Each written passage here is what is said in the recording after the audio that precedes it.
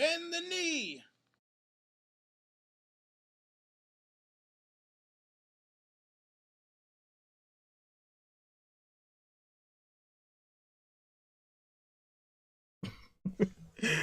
Valamogulis, everybody. This is Don Willie back again with another edition of Ice and Fire Opinions. And yeah, this is a little different on Saturday afternoon instead of my normal Thursday or Friday night. It's been a rough week, but I wanted to make sure to do something for you guys. And OBS has updated some of their stuff, so I'm sitting there trying to figure all of this out right now. I didn't have time to do that before, but so glad for the people who are currently joining me right now. I have DJ and Ion Trone in the building, and we are going to be discussing whether or not it is currently popular to hate on Game of Thrones. A few weeks ago, it was announced that the executive producers of Game of Thrones, Dan and Dave, were going to be receiving their own Star Wars series. I'm imagining it will be a trilogy. As Rian Johnson has gotten his own trilogy, and I think there may be one other person who is geared up to get a trilogy soon. I'm not 100% sure on that. But, man, I'll be honest with you, I was not thrilled about that decision. And, I expressed my thoughts on Twitter. There were a couple of people who disagreed with me. And one person in particular, and if you go on Twitter, you can see the back and forth. They said that basically I was only kind of saying this because it is currently popular to hate on Dan and Dave, and by extension, Game of Thrones. And what's funny? I'm not sure if I'm not sure if that's wholly incorrect. Now, I remember a few months back, I saw an explosion in views for a video I had done. Originally I had titled it "The Case Against Dan and Dave," and then I retitled it "How Dan and Dave Have Been Bad for Game of Thrones." And originally I had done a video before that, case for Dan and Dave, which has now been retitled "How Dan and Dave Have Been Good for Game of Thrones." And I want to give you guys some perspective here, so that you understand that when I do these videos, I try to be as objective as possible and try to look at things from all sides when I do the videos, right? And so in these particular videos, because I don't ever try to do things just to bash people. I want to point out things that I think that were done in a very lazily way that could have been done better, that had someone sat down and said, "Hey, okay, let's look this over. Let's see what makes sense. Let's see what doesn't make sense. Can we improve in certain areas? Can we streamline certain areas?" And with that said, I did both of these videos, right? So the case for Dan and Dave is currently sitting at 10,289 views. The case against Dan and Dave is sitting at 118,261 views. Now, again, I put out the case for Dan and Dave about 3 weeks before the case against Dan and Dave. So for anyone out there who was thinking that I made one video specifically because I wanted to hate on these two, that is not correct, because I purposely made an effort to make the positive video first. Um but anyway, there has been sort of this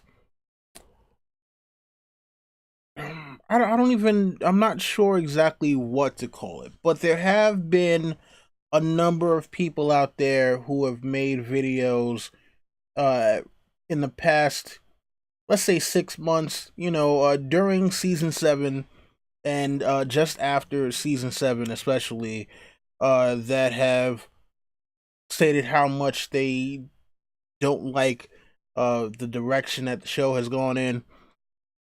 And those videos have done pretty well as far as I can tell. Oh, and shout out to Ricky Hunt and also Way Off Topic Radio. What's going on, guys? Um, and so, it seems as though it has become a trend to point out or to highlight flaws in Game of Thrones, and some people have taken it, even further, as to really calling for Dan and Dave to be fired. People have been saying that they tricked George R. R. Martin into giving them the series, that they had no intention of doing the right thing. Um, there's been other criticisms of that. Now, my criticisms have always been with regards to how the story is told. And my criticisms, along with people that I know personally that watch the show, started around season 5.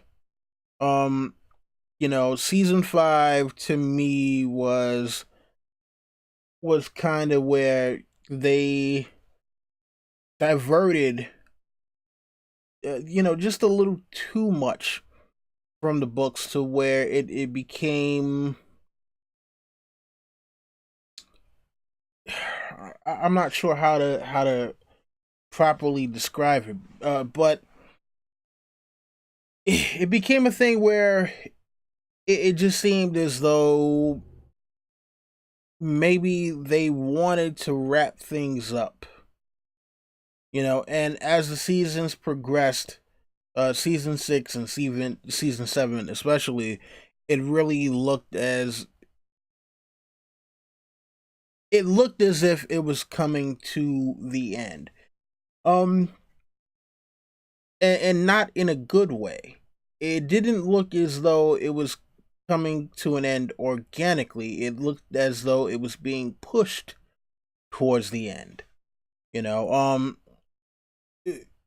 I mean, look, even though this next coming season of Game of Thrones will be labeled season 8, it's really more like 7B.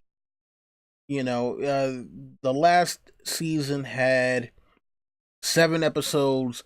This upcoming season will have 6 episodes, even though supposedly, and currently, these are speculations. It has not been 100% confirmed, but each episode is supposed to be an hour and a half, possibly even up to 2 hours, which would make them, pretty much feature length films for the next 6 episodes.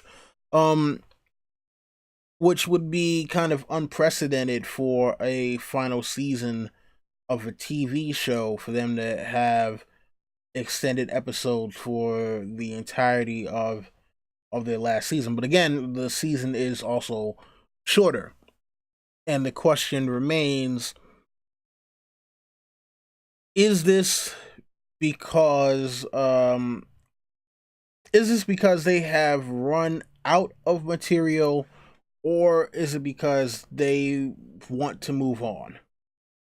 And if Dan and Dave want to just move on, which personally, I'll be honest with you, I think they wanted to move on from Game of Thrones for the past couple of years, but they didn't want to turn over the series to someone else to finish it. I think they wanted to have their name so fervently attached to, or firmly attached to the TV show, that for them, anyone else being the executive producers, it just wouldn't be acceptable to them.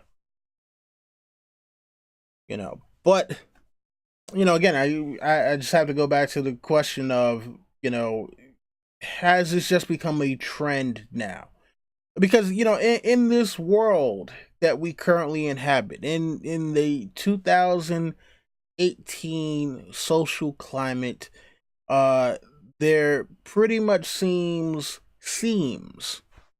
to be no middle ground. There is always a middle ground with everything, but the people who are in the middle ground of things are normally the people who don't express their opinions. It is mainly people who are on the fringes of a particular topic or issue. And we see that with Game of Thrones, we see that with Star Wars: The Last Jedi, we've seen that with Black Panther, we see it with politics. There are a number of things where there's a huge huge chunk of people in the middle who are kind of fine with things being status quo, and there are the fringes where there are people who want way more of the status quo, and they feel that the status quo is not being pressed hard enough. And then there are others who want changes and feel as though people who are either okay or want to press the status quo are keeping the rest of the world from moving forward.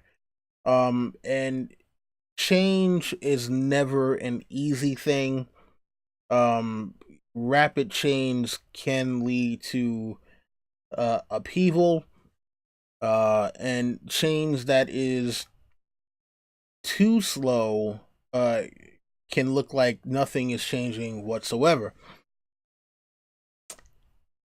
So when it comes to the case of Game of Thrones specifically, and shout out to a video game Vision Quest, long time no see.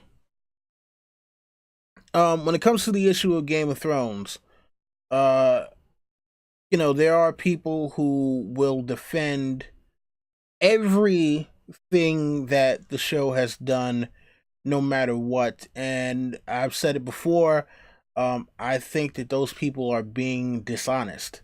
And some of them, I think, are being dishonest to gain monetarily from other people. Because if you know that there are people who like the show, and you're purposely only highlighting the things that the show does good, knowing full well that there are things that are missteps, I think that that is the worst kind of pandering. Now, on the other side, if you are a person who does nothing but bash everything that the show does and say that everything is wrong, the costumes are wrong, the casting is wrong, the story is wrong, the lighting is wrong, the fact that this scene was shot during the day is wrong, then that's also bad too, because you're also trying to lead people to say that no matter how much work they put into at least attempting to make things good, that no matter what, there's nothing they can do right. And that's also dishonest as well. And for those of you guys who have watched some of the reviews that I've done with the Hype Swatch, like you see me get into arguments with people in my own group, because you have people who, in my own group, who have at times been on both extremes, and I'm like, look, when something is wrong with the way that things are being done, it should be pointed out. But what also, when something is done right, it should also be pointed out as well. You don't throw the baby out with the bathwater. That's not fair to the people who work on the show, because it's not all about Dan and Dave. Dan and Dave are not the only two people working on that TV show.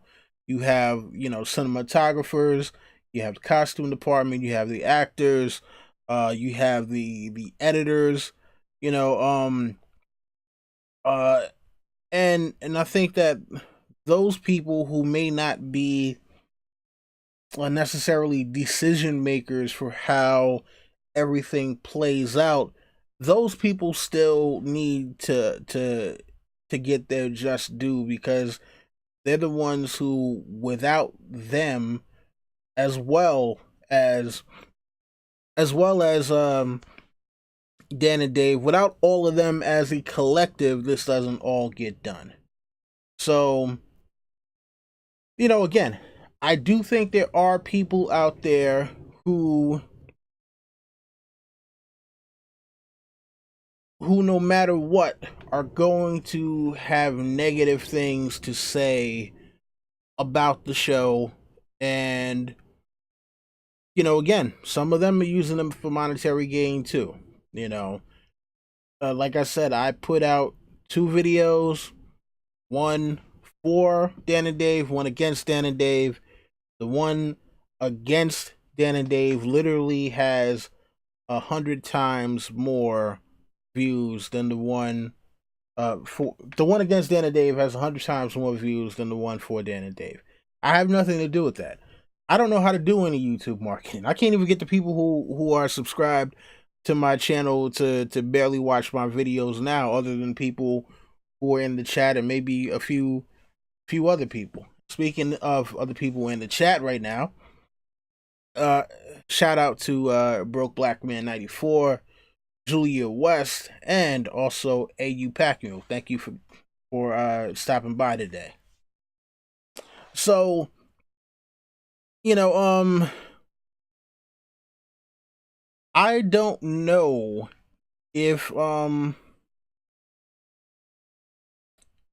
know if it's necessarily popular to hate on Game of Thrones, but I do know that there are people who do take issue with the way that things have progressed.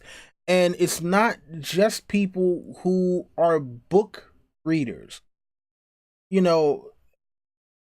I'm someone who started with the TV show. I did not start with the books. I recognize that adaptations from one medium to another, oftentimes things have to be streamlined, things have to be changed, because the way that something is described on the page cannot be fashioned in the filmmaking world. I mean, other than the only way that you would get a 1-to-1 translation from book to show without any loss of characters, and then be able to do it within any kind of without having to worry about budget constraints, is it would have to be animated. Game of Thrones would have had to been an animated series, and if it were, would it be nearly as popular as it is today? I have no idea. But yeah, that would literally be the only way for you to get a 100% from book to show translation, with no loss of characters, no loss of storylines. But even as someone, who separates what the show does from the books, I had issues with the way that the show was telling their story. And even other people who were in the comment section in my video for the case against Dan and Dave, there were many people who said, "Hey, I've never read the books, but yeah, I recognize that something is off with the way that the story is being told." You know, and think about it, right? For YouTube specifically, uh, people have to be looking for what it is that you're doing in order for it to gain views. Now, that doesn't mean that YouTube is promoting everything across the board the same. If you go into the search engine and look for a specific topic, not everybody gets promoted equally, but in order for it to be seen, period, it still has to be something that people are looking for. And so the fact that you have one video that I've done, which which highlighted things that I felt, and that people who have commented on other videos that I've done had felt that were missteps in the show. The fact that that has 118,000 views versus the one saying things that they had done right only has 10,000 views. Well, I mean, who is that on? It's not on. It's not on me, because I didn't go out and tell people, hey, come and watch the video. And in fact, the video didn't start gaining views until after season 7 was over. Before that, it was at maybe 12,000 views. So it gained 100,000 views after season 7 was over. So the question remains there. Then, if people are saying that it's popular to hate on Game of Thrones, then what spurned that popularity? What caused it to be popular to hate on Game of Thrones? And shout out to Alan Vanderson, man. Man, oh man. Yeah. So I just find it kind of a ridiculous statement when people dismiss criticism about a certain property, that it's just the popular thing to do, because I think that something doesn't become popular uh for absolutely no reason. There has to be validity to an argument for that argument to become popular. You know, Star Wars The Last Jedi. I've talked about this a few times. I do not like the film. I do not like the film whatsoever as a Star Wars film. As a sci-fi movie, if it didn't take place in the Star Wars universe, I might give it a 6. It's an okay sci-fi film by itself. As a Star Wars film, I totally cannot stand that movie. I would give it a 2 out of 10 as a Star Wars film. But the thing about it is, I'm not the only one. When I go into my suggestions on YouTube or go to the homepage, it's 2 months later, I'm still getting suggested videos about, why Star Wars The Last Jedi sucked, why it ruined the franchise. And just for the sake of this video right now, to kind of prove my point, I'm going to search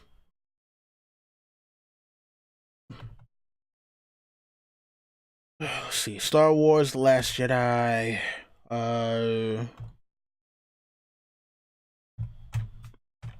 Star Wars The Last Jedi sucks. And I have 94,900 results. The most popular videos we have in this one, we have a gentleman or lady, the Dishonored Wolf, 910,000 views. Angry Joe Show, 2 million views. Uh, let's see here. Another one here was 77,000, 15,000, 528,000. You know, these are things that, or this is something that you can't that can't be you know, just brought about in a vacuum. You know, like this didn't come out of nowhere. Now, all right, I'm gonna type in also for this video to illustrate the point. Game of Thrones sucks. And for this, for the title Game of Thrones sucks, there are 344,000 results. 344,000. This means 344,000 people have somehow made videos saying that Game of Thrones sucks or is garbage or whatever may have you. All right? And all right, let's see if I can go to view count. I'm going to go to view count as the result. So the most popular one here by view count, 638,000, sorry, 683,000 views from a channel called Just Right. Some of this stuff isn't just about Game of Thrones. Some of it is, you know, let's see here. We got, was it Order of the Green Hand with Catelyn Sucks series, but also, let's see here. The Dragon Demands 44,000 views on like one of the videos he did. The Black Gold Cohort, 51,000 views. Ideas of Ice and Fire, 74,000 views. The Mad Villain, 74,000 views. I mean, and mind you, I'm just kind of cherry picking certain ones, so it's not just me. I mean, for it to be 344,000 you know, results, that's a lot of people. And then the question has to be asked as to why. Why are there so many people having a problem with this? And for someone to say, "Oh, you know, that's just the popular thing," there has to be a reason. Nothing becomes popular out of nowhere. There has to be a reason why something becomes popular. And in order for something to become popular, I think there has to be a certain amount of truth in it.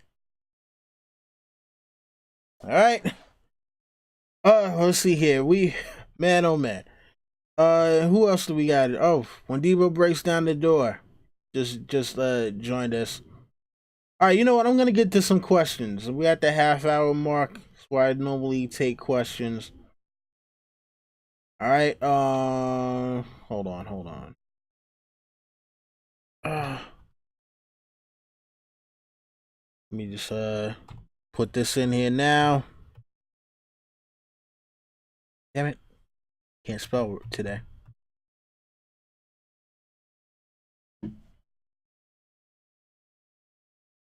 All right. I know I saw one. AU, where was your question? Oh, okay. Do you have any? All right. So from AU Pack Mule, it says, "Do you have any criticism for the first 3 seasons they did?" Yeah. I mean, as far as the first 3 seasons, there were points, like for example, them changing Peter Baelish to where like he confronted Cersei.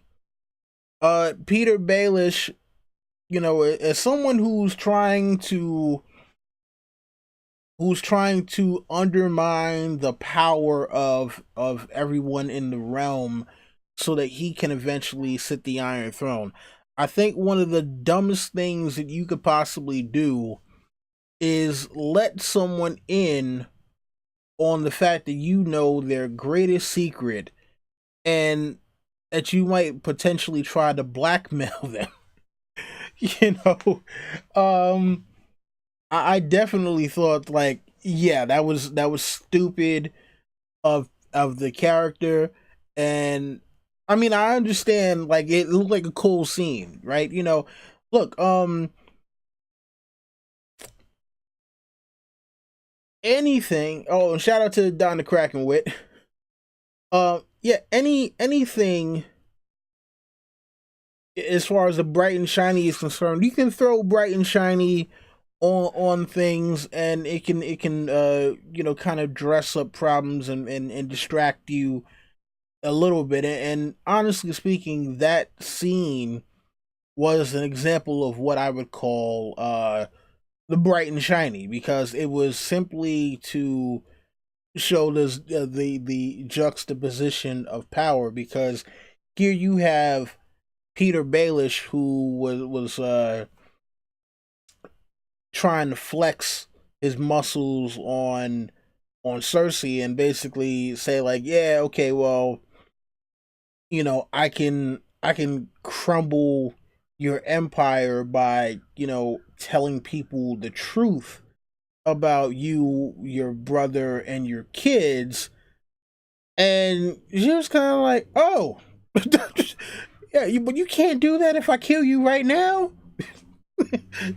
So um yeah, that was again, to me, that's something that I think someone in his position who was trying to manipulate his way into ultimate power would not do, because um you're giving away the fact that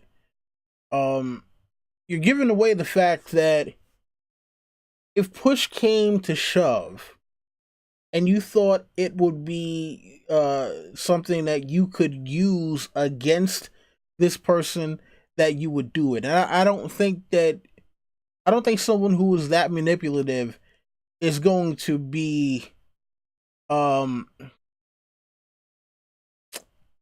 I don't think it would be that overt. Because that wasn't subtle at all. That was not a subtle threat. That was very, very overt without saying the actual words. And I just don't think that Peter Baelish, if he is supposed to be the master manipulator, would do something like that. Um, another criticism that I had about the first three seasons, the battles. You know, Now a lot of people say that as far as the battles are concerned, they really couldn't do it because of budget constraints. And as much as I would like to believe that, I have to look at another TV show that is set in the medieval period, that is currently on television, that has had plenty of battles, and that show is Vikings. Vikings, for the first 5 seasons, has had plenty of battles. Now, mind you, are they these uh uh like sprawled out things with tens and thousands of extras, or CGI'd extras? No, but they found a way to film it so that it feels like a massive battle, to where you get this sense of, okay, this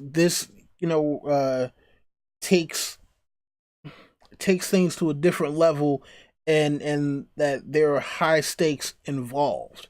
So that was another thing, because who didn't want to see the Battle of the Whispering Wood? Now don't get me wrong, obviously Battle of Blackwater, amazing, absolutely amazing. Spoilers. I mean, spoilers. See, I'm up there. I'm up there reading. I just read something in the chat that says spoilers. It totally threw me off. But amazing episode. Amazing episode was the Battle of Blackwater.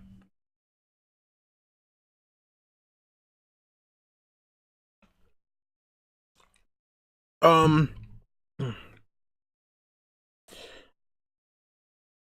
so when it comes to the first 3 seasons, there weren't as many criticisms. And again, you could attribute it to it being more closely related to the books. For me, uh something that a lot of people criticize that wasn't a huge deal for me, but I could see where it became a problem was whatchamacallit, the House of the Undying. A lot of people criticized Daenerys' storyline for season 2, the whole thing with the missing dragons, and how the House of the Undying did not how the House of the Undying didn't live up to what they did with the books. And I could see that. I cannot um I can't fault anyone who had issues with the way the House of the Undying was depicted, or even um or even if they had issues with Daenerys' storyline for the second one. Um but I didn't feel like it was something that was insurmountable, something that kind of broke the show or anything like that. It's a minor thing to me. So yeah, that was my major criticisms for seasons 1 through 3. Like I said, Peter Baelish not being the guy I think he should have been, and also the battles. There might be some other stuff. I mean, that's the things that I can really think of now that I'm like, damn, I wish they would have done that. And like I said, especially watching Vikings, uh, that was something like, damn, how come they couldn't do this on Game of Thrones earlier? So, all right, question from When Debo Breaks Down the Door. Do you think there will be a reason to cease criticism against the show in the new season? Will D&D check their history frequently to see consistency? Um, man, I'll be honest with you. Like I said, at this point, I think they're pretty much done. I think that they want to produce a spectacular season. That may be the reason why it's been delayed. I do think they want to make sure that it's finished off right. But given what they've done seasons 5, 6, and 7, I don't know if they can stick the landing. I want them to stick the landing. Let's be clear. For the 100,000 millionth trillionth time, I want them to stick the landing. Can you hear me here? I want the damn show to finish in a spectacular manner, okay? I want the show to be as good as it possibly can. So, anybody out there saying, "Oh, you're just hating just to hate," I want the show to be good. All right, hold on, I gotta readjust my mic. All right, so anyway, um, yeah, I don't know that they can stick the landing. I mean, they listen, man. Season 7 almost broke me. Season 7 almost had me not want to watch season 8 because there were so many things about the way they told the story. And now, mind you, for those who say, "Oh, you just want things to happen like this, that, and the third," in the books, seasons 6 and 7 specifically are like, this stuff is all past the book stuff. They went back a little bit and did the whole thing with the blackfish, which I was like, oh god, like why the hell did you do that? But and it's not even to say that they did everything wrong, but some of the stuff, it was like, yo, come on, man, really, come on, really, like you didn't. Like there are so many people that I've seen make better decisions when they say, okay, look, this is the thing I would have done differently. That that is like, come on, you guys are getting paid hundreds of thousands and possibly millions of dollars to make sure that this thing is correct and that it makes sense. Like, how is it the people who are volunteering their time to make YouTube videos, and most people aren't even getting paid for this? How are they coming up with better ways to navigate the story than you are? It's just, make it make sense. That's all we're asking. And when I see people say stuff like, "Oh, well, it's a fantasy show. It doesn't, why does it have to make sense?" I'm like, get the fuck out of here with that shit, man. Like that's the shit that pisses me off. That's the shit that gets me fucking angry, is when people say, "Oh, it's a fantasy show. It's just this. It doesn't have to make sense." I'm like, man, fuck you. To those people talking that it doesn't have to make sense because it's just fantasy, fuck you. All right. You know what? No, I don't. Yeah, I want to move on now. sorry, sorry if I went on a bit of a rant there, but yeah, I just really hate when people make excuses for bad writing. Look, if you like it, okay, you can like whatever you want to like. I don't fault people for liking things that not everyone else likes. Uh, that is the world that we live in. Everybody has things that they like, but to tell me that you know a story, something that is supposed to be a cohesive narrative, does not need to make sense, and I should like it anyway, even though I can in my brain, my mind is telling me, does not compute that, oh no, I am the problem. I'm like, no, you're the fucking problem because you're an idiot. I'm sorry. All right, man, oh man. All right, man, oh man. Let's see what else we got. I see somebody asked if I watched Westworld. Yes, I did watch Westworld, and it's funny because what's this guy, Preston Jacobs, right now is making videos where you want to talk about somebody who's hating. That's someone who's hating, where he's just looking at everything and it's like, what's the thing that I can nitpick to tear this apart? I watched like the first two things he did about Westworld, and I'm just like, you know what? No.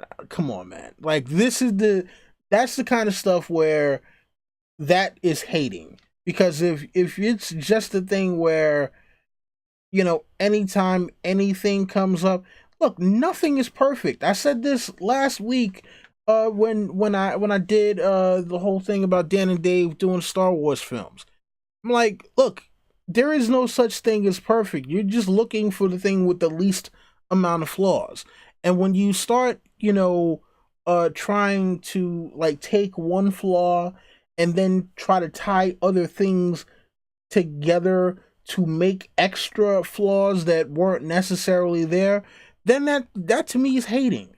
That is where where you're just hating just to hate on something.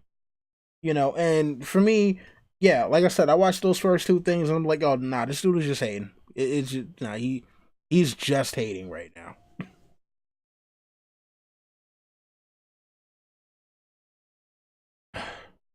Mm-mm. Hey, and shout out to Kat and Alejandra 777555. And I do believe, Alejandra, you were the one to ask me about Westworld. I love Westworld season one.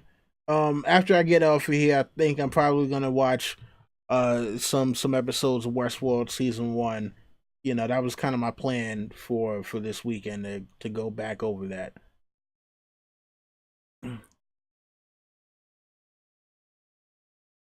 Yeah.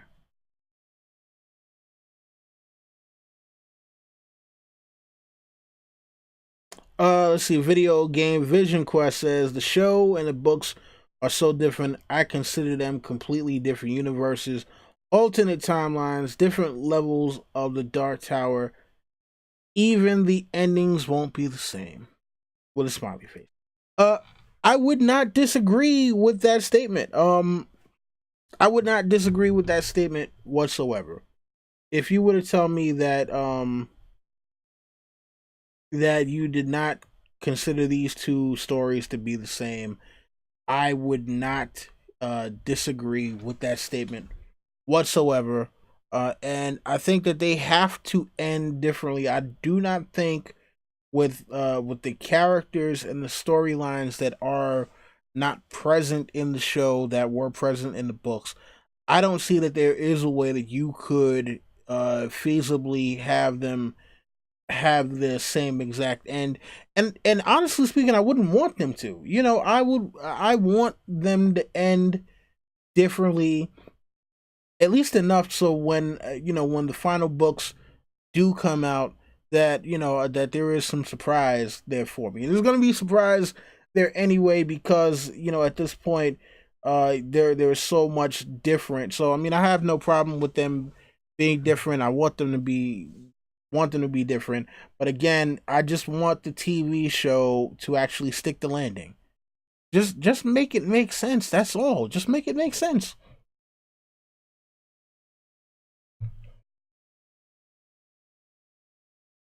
All right, let's see. Next up, we got from Ricky Hunt. Do you think that thick as a castle wall being used to describe uh that Etain? I guess it's Etain. Etain, Small Paul, and Grand Music could be related to Dunk.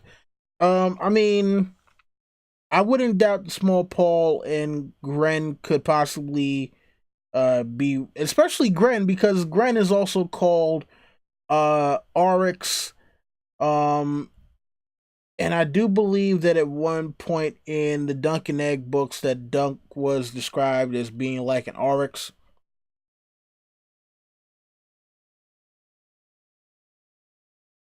Um and Ricky, did you mean Brienne? Because if it's Brienne, then it's already been confirmed that Brienne has is related to Dunk. And that's why like she knew about the shield and all that. So apparently at some point Dunk ends up on Tarth.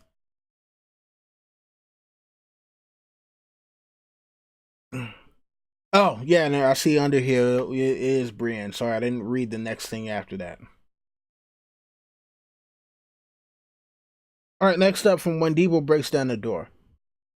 Will the story end with a strong central democracy, a popular sovereignty, or or monarchy riddled with mediocrity? Damn it! I'm sorry, this thing is fucking choking the shit out of me. I can't talk straight right now. All right, will the story end with a strong central democracy for popular sovereignty, or a monarchy riddled with mediocrity? I mean,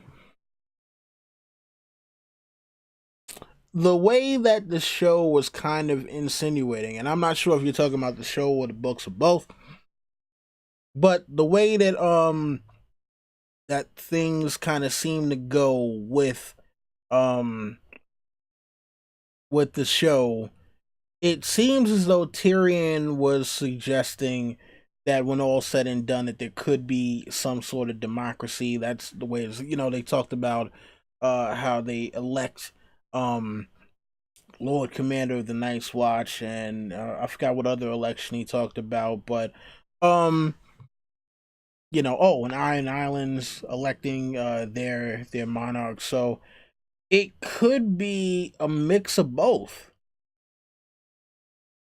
It could be a thing where people have to elect their king or queen, but either way, the monarch is still more beholden to the population than ever before. So it could be one of those things. I will see what happens. But I would hate for it to be a mediocre monarchy at the end. That would be yeah, that would be a little messed up.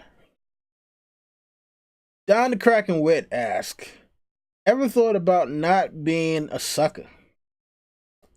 I have never been a sucker in my life, bruh. You know this. You know me. Alright, man. That is an absolutely ridiculous question. How dare you? How dare you, sir? Slap yourself twice.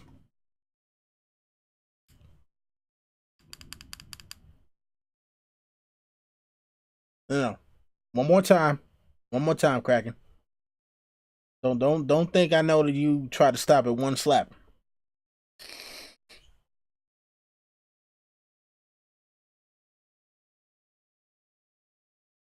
All right, next up from Julia West.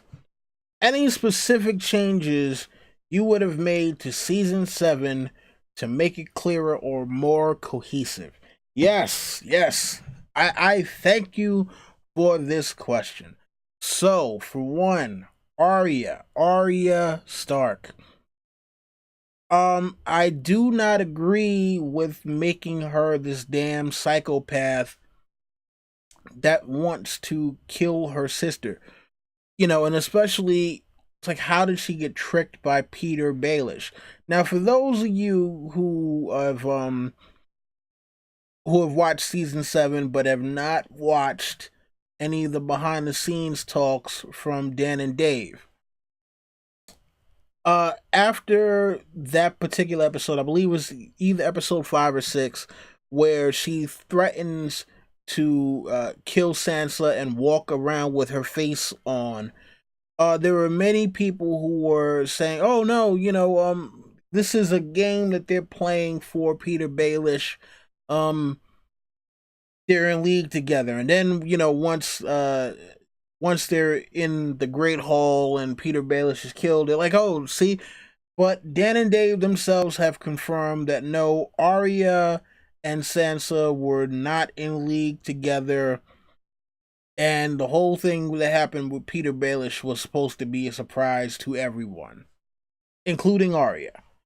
Now Arya saying to Sansa that, "Oh well, you know, you didn't try to stop the Lannisters from murdering our father. You betrayed him. You betrayed Robb, etc., etc. You wrote this letter." Um, See, here's the thing. People may not have the longest memories in the world, but they don't need them when they have Blu-rays, DVDs, and on demand. And when you're going and rewatching the seasons because you want to catch up on things, and I want to remember everything that happens so I can gear up for the latest season of Game of Thrones. When certain things happen, they trigger in your mind that, oh wait, this is wrong.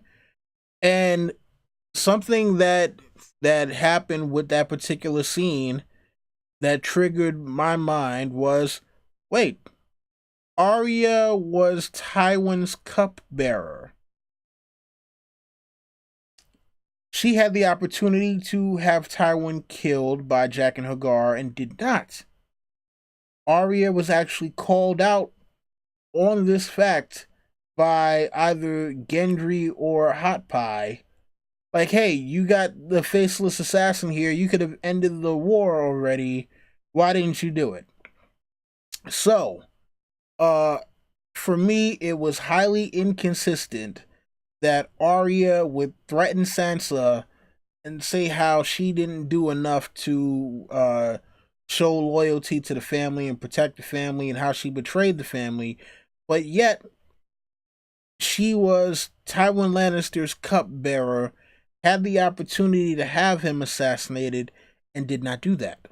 So, one change I would have made is that whole entire storyline with Arya and Sansa. And another thing, her being tricked by Peter Baelish. Uh, how is this possible that she was trained by the most dangerous assassins guild so far known, which is the Faceless Men, and yet she gets tricked by Peter Baelish, who at this point has become a useless idiot. You know, yeah, that was one of those things where it's like, wow, okay, that made absolutely no sense that she got tricked so easily. Um, Another thing, season 6, if you remember, Sam snatched Heartsbane from Hornhill, took it with him to the Citadel. His father talked about how that was the, it was a priceless family heirloom. It was supposed to go to my oldest son, but he's a fat boy who wants to become a maester, so he will never have it. He took the damn sword, and Randall Tarley, who knew exactly where Sam was going, did not show up at the Citadel and like, boy, where the hell is my damn sword? So I found that a little weird, because it wasn't like it was someplace where it's hidden. It was sitting right on the mantle in the damn great hall or in the dining room or whatever. So I'm pretty sure at some point somebody would have noticed that the damn sword was gone. You know. Uh yeah, so another change I would have made. Peter Baelish being so easily outsmarted um is another thing I had an issue with. And the fact that he begged for his life in that manner. Here is a guy who started the War of the Five Kings. I've heard some people speculate that he might have even started Robert's Rebellion. Um, and he fought Brandon Stark, he fought Brandon Stark in a duel, almost lost his life. And so to see him uh sniveling like a coward like that seemed kind of inconsistent with the character that he should have been. Not the character that they made, but the character that he should have been. Personally, I would have thought it would have been crazy if you find out after all these years that Peter Baelish is an excellent swordsman. Like that to me would make a lot more sense because here's someone who almost lost a duel. Why would you not be training on the low just to you know surprise people with the fact that it's like, oh no, no, no, I'm nice. You know, couple of these guards gonna fall before I get caught up. So, but that's just me. I could probably think of other things, but I don't want to harp forever on the. I've already been long winded enough. All right, let's see here. All right, so AU asks, you take into consideration the fact that this is their first project that they will do better with Star Wars. Um, I mean, listen, like I said during the last live stream, I hope that these guys prove me wrong. I hope that they're able to sit down, flesh out a cohesive narrative, and make things as good as can possibly be, and that I won't feel tricked by the critics like I was with The Last Jedi.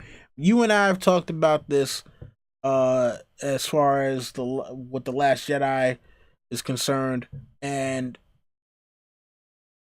you know, again, I believe in story above all else. Bright and shiny is cool. It's cool to have things that look great. Uh, but I that is not the end all be all for me. Things can look spectacular. Look, I'm gonna tell you like this. How many men specifically, because men are the ones who get caught up on a lot of bright and shiny when it comes to females. How many men have we had, who were supposedly great men, come to ruin because for them it was all about having this amazing looking woman on their arms who and at the end of the day it was like, yes, she was beautiful, but yet she made decisions that were bad for the both of us, but I went along with it because I wanted to have this beautiful woman, and now we're both broke or whatever may have you. So that's my whole thing. It's like you can't just be wrapped up, and I think that too many people, and I'm not saying you, AU, I'm saying that too many people, uh, when it came to Game of Thrones, have gotten so wrapped up in the bright and shiny that the storyline has fallen second. And my hope, it is my greatest wish, my greatest hope, that when these guys do Star Wars, that it won't just be about the bright and shiny. Lightsabers are cool, hyperspace is cool, aliens are cool, but what will the story be like? Will the story be good? That's the thing that I care about.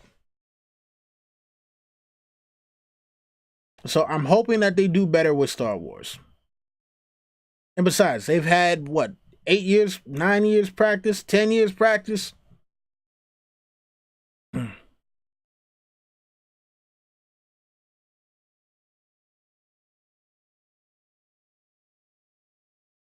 Let's see here. All right.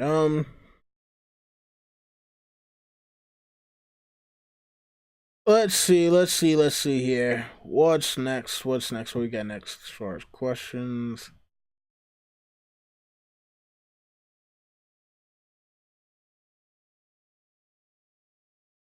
Let's see here.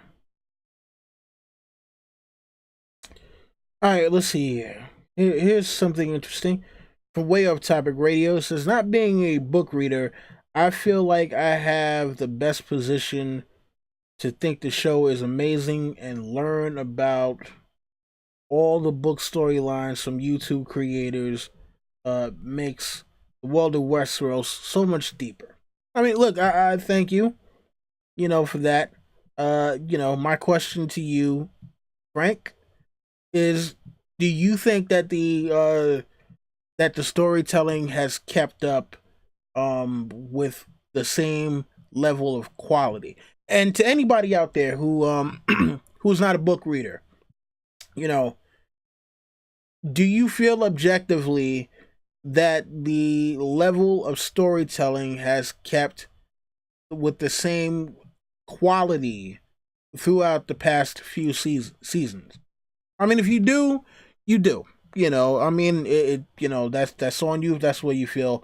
Personally, I felt that season 5 is where things started to dip, and season 7, I'm like, oh, I hope it doesn't get much worse.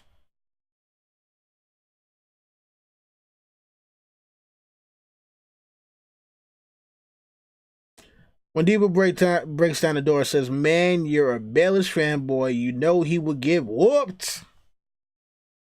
I mean, again though, my whole thing is that imagine how shocking to the reader it would be, or even the person who's just watching the show.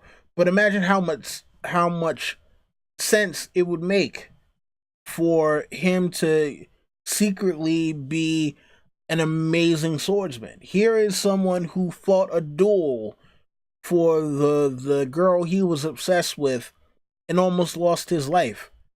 Now they made the whole speech in season one. He has there's a sex position where he's like, I'm not gonna fight them, I'm gonna fuck them because that's what I am, right? And yeah, that's cool and all, which and that also highlights the reason why him making that threat to Cersei like that was kind of stupid, because it's like, yeah, if I'm not gonna fight them, I'm gonna fuck them. Yeah, the one thing you don't want to do is is let someone know, like, yeah, I'm planning to fuck you over. Like, I don't think that's something that a smart person does. But yeah, I think it would be kind of poetic for someone who lost in such a public fashion, for him to have trained for years in the background without anyone knowing. And then with somebody who only knows of Peter Baelish as the money counter and the pimp and all that other stuff. For them to underestimate him on the physical level and think, oh, nah, this guy is easy. I'll just go in and snatch him up real quick, and then he just pulls out a sword or dagger and he's like, ah, ha. That to me would be kind of poetic, because now it's like, if you want to make him a real supervillain, that's the way you do it, because now he's not just smart. He's also skilled in a way that you had absolutely no idea he would be. And that makes him an even greater threat. So now it's like, oh, you know what? He's smart and he's skilled with a blade. He has to die right now, because if he escapes, who knows what other sort of havoc he could possibly cause.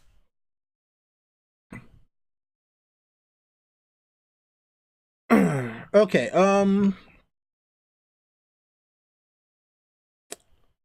right, so next up from Ricky Hunt. Who was the character and house most ruined on the show? I say Loras was the most destroyed from his book counterpart, and House Umber was the most ruined house. Um, hmm.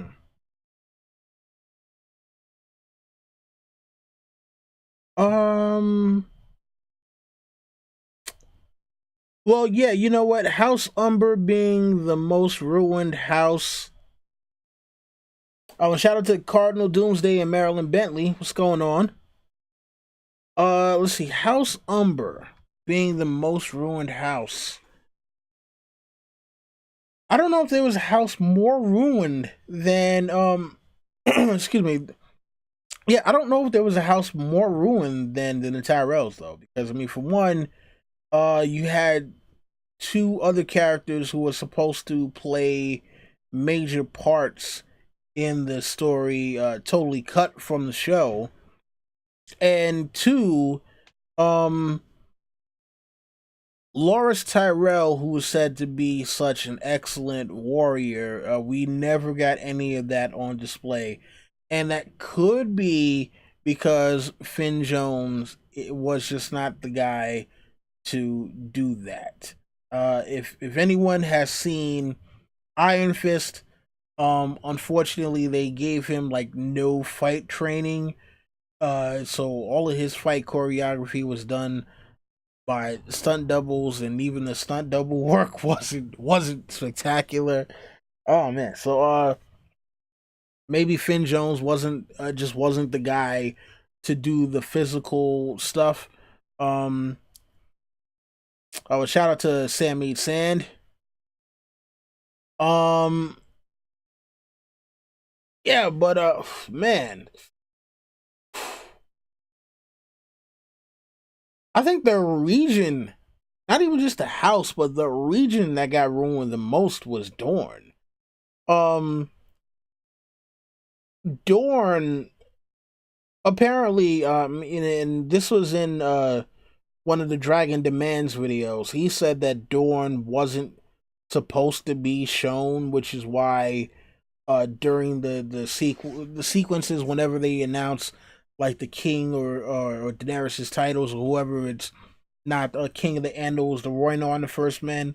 It's normally just the king of the Andals and the First Men, and literally like the Rhoynar are thrown in there a maximum of twice. I remember once, but there might have been two times where it was Andals, Rhoynar, First Men. Um, and so that was that entire region just kind of got screwed over in entirety. And see, this is what when I say about that, it almost seems to a certain extent that that they wanted to be done with the series at some point.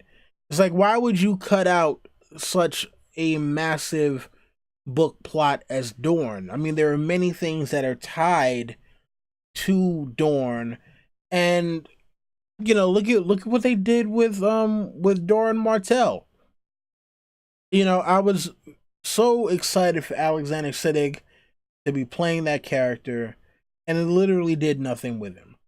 And you know, there was a big to do about Ariel Hota, because Ariel Hota in the books is a big white man with a giant beard and the pole axe, and they decided to make him a big bald black man with a pole axe. Um, and it's like, well, if you weren't gonna do anything cool with him, you should have just made him. I mean, and it's not to say that him being the white dude somehow would have made him weaker, but it's like you changed him. We thought he was going to be a cool character, because normally whenever they change a character from like any medium, they usually give them something amazing for them to do to justify the fact that they changed them for from what they were, you know. And so when they didn't have Arya Hota do anything besides just get stabbed in the back with, you know, like a small knife and die, I was just kind of like, ah, okay. I mean, you know, you changed him for nothing. So yeah, yeah. So that's what I'm saying. I don't yeah, Dorne got done the worst. Like an entire region, we didn't get to see any of the other houses. We got to see them, you know, in the beginning of season one. I mean, season four, episode one, where they introduced them when we first got introduced to Oberyn Martell, and then nothing after that. And again, this is part of the thing I'm saying in terms of consistency with storytelling. Like, they've already set up so many things in the world about, you know, bastards not being able to inherit anything, etc., etc. And now you have a group of bastards take over one of the seven kingdoms, and kind of no one has batted an eye about this.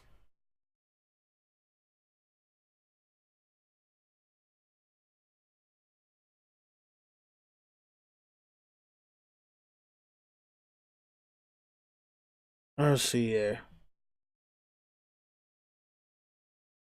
Mm-mm-mm.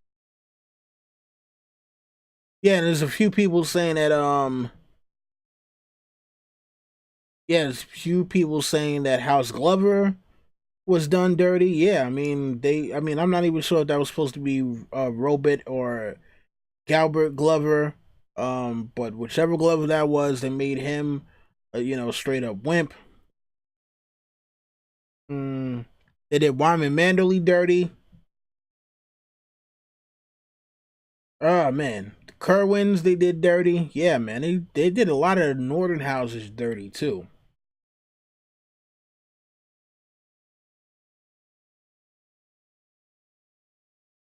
Oh man, and Kraken is saying he would vote for Childish Gambino to be part of House Glover.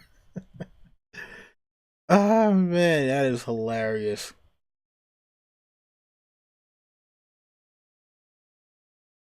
All right, next up from Julia West.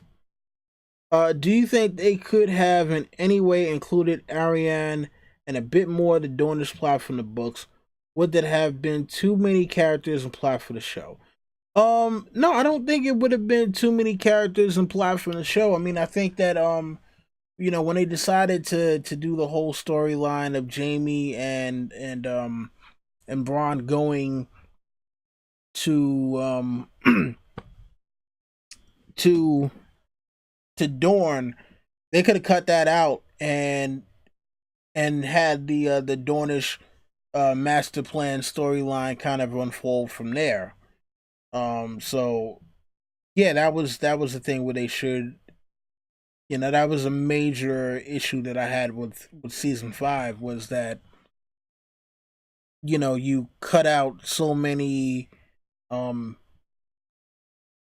so many characters from Dorne just to because you wanted to showcase more of Jamie and Bronn, and there was a lot that was lost by them doing that.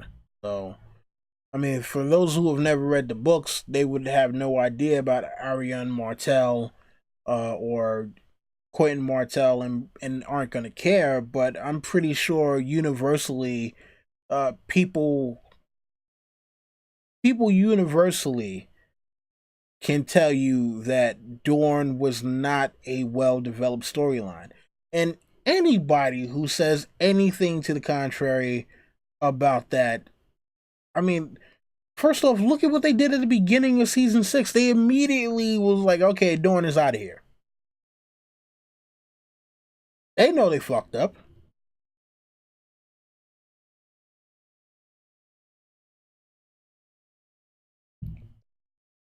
Which is why I'm saying, like, uh, some people, yeah, some people, really go out of their way to try to justify the BS. And I'm like, don't do that. Don't just don't do that.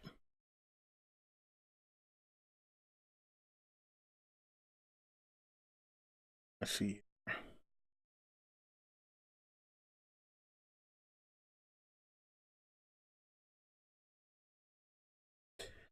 All right. Next up from when Debo breaks down the door. Unless, let me make sure I didn't miss anything.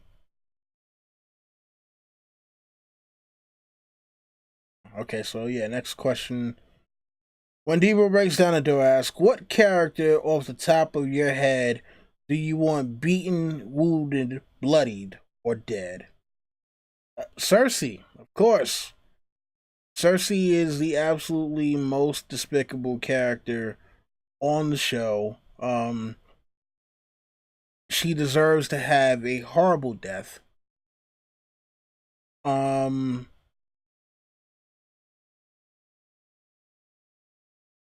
if he were still around, it would have been Ramsay.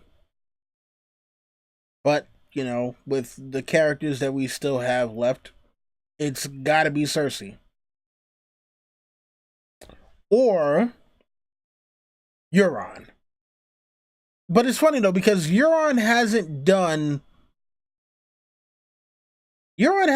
anything super despicable to the level of Cersei yet. Euron has just been the dude he's been the madman. He's the wild card, and it's like, okay, cool, we know that. It would take something. It would take him doing something truly horrible and killing the Sand Snakes. A lot of people wanted the Sand Snakes to die anyway, so like it's not like him doing that is causing people to be like, oh my god, we got to get Euron out of here. Um, He hasn't killed Yara as of yet, and I'm predicting that Yara will escape and she will be Queen of the Iron Islands, but that Theon will wind up catching a bad one. He'll probably, I'm guessing Theon is going to catch a sword through the back as he attempts to rescue. Uh, well, no, I'm thinking he's going to rescue Yara. He's going to put her on a boat. She's going to say, "Come on, Theon." And just as he's reaching his hand out to get her, here comes Uncle Euron, sword through the back, sword comes out of the chest. Uh, Euron pulls out the sword, pushes Theon's dying or dead body off the side of the boat. Finito. And then he's laughing as he's watching Yara, uh, being pulled away or rowing away on the boat in horror. I, 9 out of 10, I'm predicting that that's gonna happen, but I could totally be wrong. But that's just what personally I think should be. Mm-mm-mm. Let's see. All right.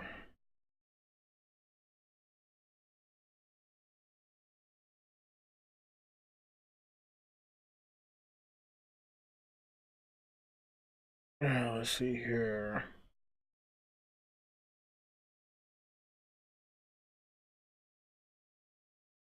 Yeah, Debo. What? Yeah, all right. So Debo, I gotta ask, man. Are you just trying to get your Muhammad Ali on right now, man? He says it's a crying damn shame when the greatest players in the game are rendered tame compared to the book's fame. Dorn just wasn't the same. Oh my god, you're hilarious, man. Okay, let's see here. Next up from AU Pack Mule. So, does it sound like you? Does it sound like you? Oh, does it? Oh shit! I don't know. I freaking can't read. I can't talk. This is crazy today. All right. Does it sound like to you that HBO seems to have more faith in D&D than they do George R. R. Martin? Um. Well, here's the thing. George R. R. Martin didn't try to go to them with the idea to do the TV show. Even though George R. R. Martin has worked on Twilight Zone, he worked on Beauty and the Beast as a writer, back in the 80s and 90s. He he was figuring no one would ever be able to give him the budget to properly do a Song of Ice and Fire as a TV show or as a movie, right? So, when Dan and Dave, came to George and then came to HBO with their proposal and how they might be able to get it done, um I think it was a thing where it's like, okay, these guys have done it on time and under budget, or maybe a little over budget, but not ridiculously over budget. So with George not being as involved, they don't necessarily need uh, to have faith in him specifically, because Dan and Dave have done the job that they wanted. Now, mind you, I don't know how they feel about the fact that they haven't gotten nominations for writing Emmys as of late, because remember, the first 4 seasons they did get nominated for Emmys for writing, costuming, and other areas. And from seasons 5, 6, and 7, they have not been nominated for writing for Emmys. And HBO usually wins a lot of Emmys for writing, so I don't know if they have an issue with that. But I mean, why would they when they are making so much money? Um, you know, yeah, when they're making so much money from the TV shows, uh, merchandising. Because remember, these Funko Pops are based off of the HBO versions of the characters, not off of the book version. So they're making money off of that, making money off of DVD sales, making money off of HBO Now subscriptions, regular HBO subscriptions. So for them, um, yes, they probably have more faith in Dan and Dave, but it's like, why wouldn't you? Those, because of the way that the TV show has gone in terms of the ratings have grown every year and etc. Um, yeah, it's only safe to assume that they have more faith in Dan and Dave than they would George, because Dan and Dave were the ones who have spearheaded this project for them. So,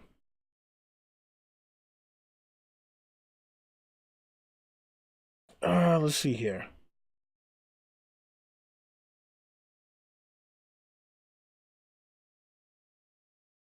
Sammy said, Sand says, show diverted so much, and they know the ending, so they don't need George R. R. Martin, and they're fine with that. Yeah, you know.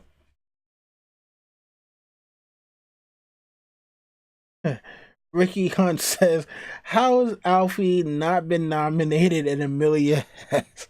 Yeah, Ricky Hunt really hates Amelia Clark, man. Oh my god! Oh my god! It's the funny thing, man. Like, I don't know, maybe I'm just not seeing it because I've seen so many actors who are way worse. Um, like Hayden Christensen when he was in Attack of the Clones and Revenge of the Sith, it was like, oh god, oh man, dude, oh, that was hard to watch. That was so hard to watch. You know who I think would have been an amazing Anakin Skywalker? Tom Welling. Tom Welling, who played Clark Kent in Smallville. To me, he would have been an amazing Anakin Skywalker.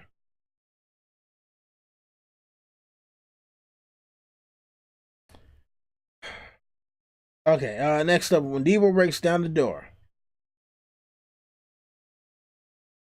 Shout out to young Dark Vader. Sorry about that. But yeah, when Devo breaks down the door, asks, by the time, sorry, by the, all right, let me start over. By the end, will John meet his end once again into an eternal sleep, or will he live with Daenerys and Go Balls? Go Balls, deep. Oh man, yeah. Listen, I think that John is not long for this world, unless he wants to become like the new Night King or something. I can see them doing some crazy shit like that, you know. See them doing something crazy like there must always be a Night King or some shit, which would be ridiculous. But I mean, not ridiculous in terms of like, oh, the that's a ridiculous thing to do. But it's like, damn, man, I died, I came back, and now I gotta be the freaking king of the White Walkers for the rest of eternity. There must always be a damn White Walker king. No, that'd be crazy. Mm-mm-mm.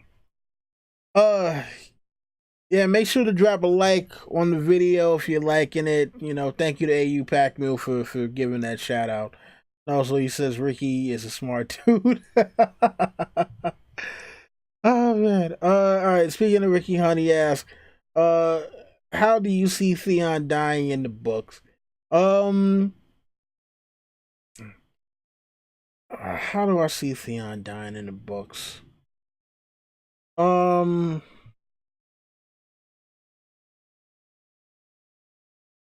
Sorry, my cat is distracting me now. She normally doesn't bother me like ever, and now she's.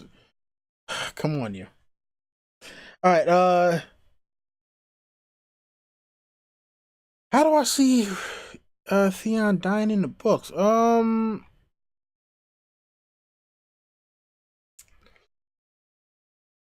You know what? That's a good question. Um, because I don't think that George would allow him to live. Just being the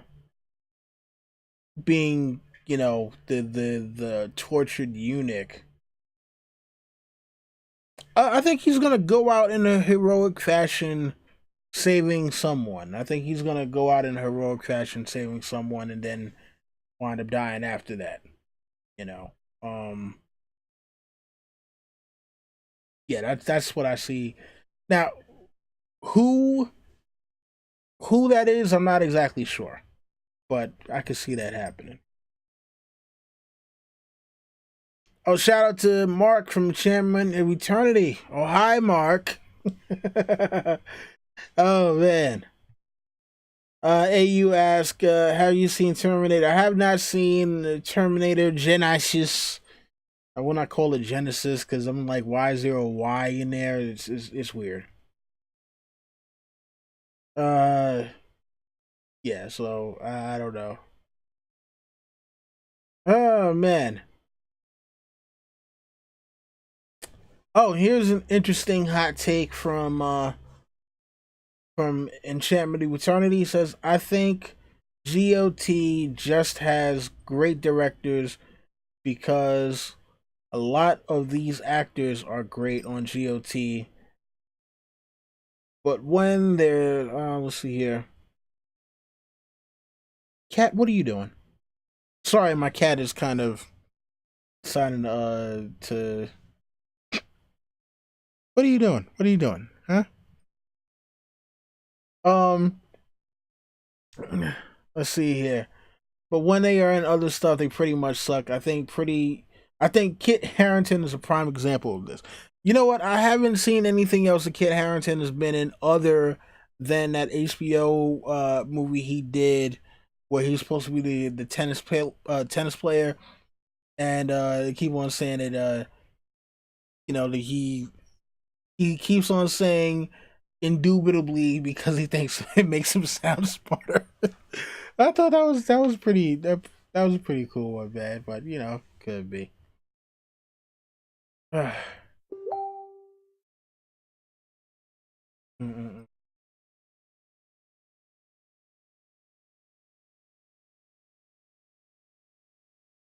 Mm-mm. Pardon me one moment. I need to send a message to someone.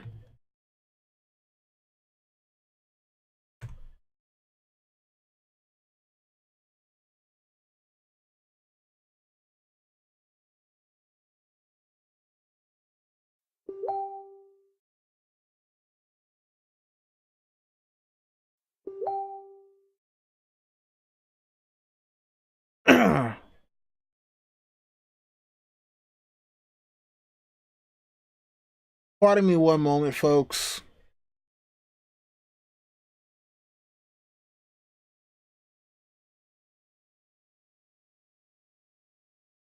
Trying to work on some technical stuff. All right. Yeah. So seriously, cat. What? Normally my cat does not bother me like all day, but apparently today, she decided that she wants attention now, whereas like normally, this is absolutely ridiculous.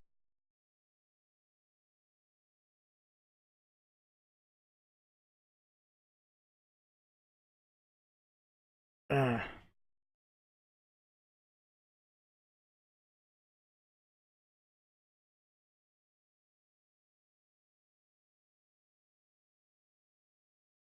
All right.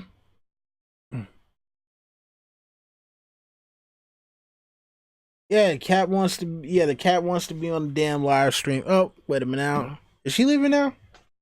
I think she's leaving. You leaving now, Kitty? Huh? Okay, yeah. I guess she's leaving. You know.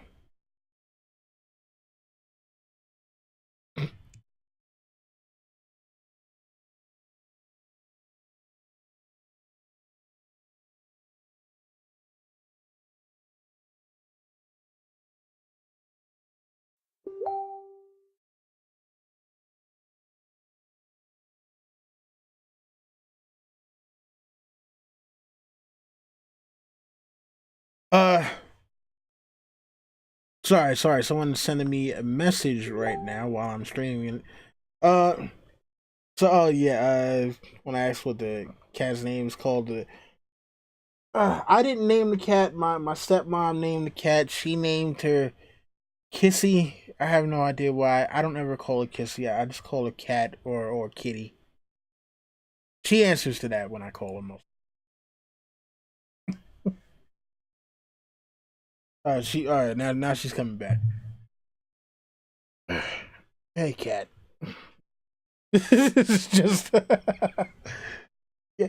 Look, for those of you who wonder why I just call her Cat, it's because like for the most part, historically, cats don't usually answer to names in the same way that dogs do.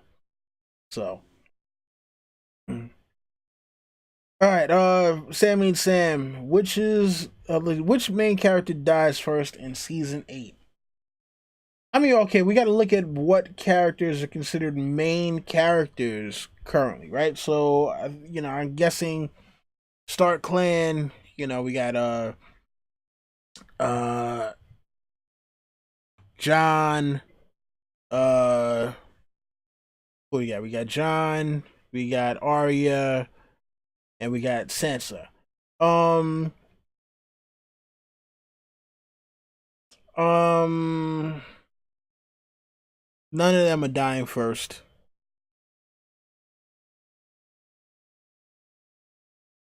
Hmm. The Hound? See, that's the thing. I think that they save the main characters. I don't think we get any. Well, let's see. If any main character is going to die, it would probably be episode 5 or 6. Where'd you go? Sorry. Um. uh, Um. So if all right, the first main character to die, and again, I'm saying episode 5 or 6. Main character. Uh, and again, I don't even know if you can consider him to be a main character, but I'll say Theon.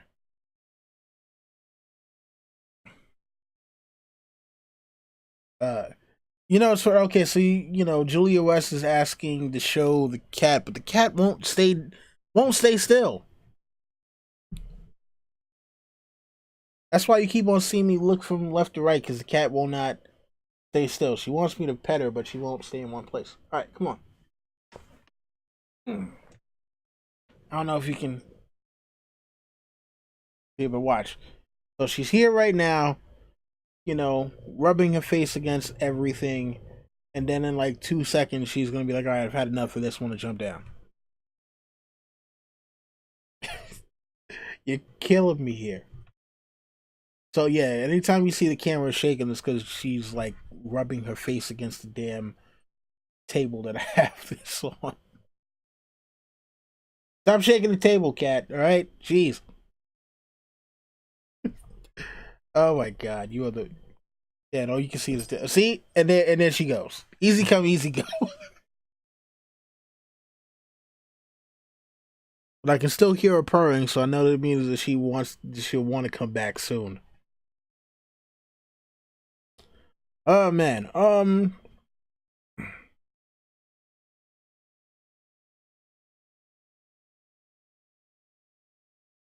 Okay, so yeah, first main character to die, I think season 8, and it won't be until episode. No, episode 5. No, because it's only 6 episodes, right? So I can't say episode 5. I'm gonna say episode 3. Theon dies, attempting to save Yara. Episode 3, maybe even episode 2, but I'm gonna go with episode 3. First main character to die, Theon.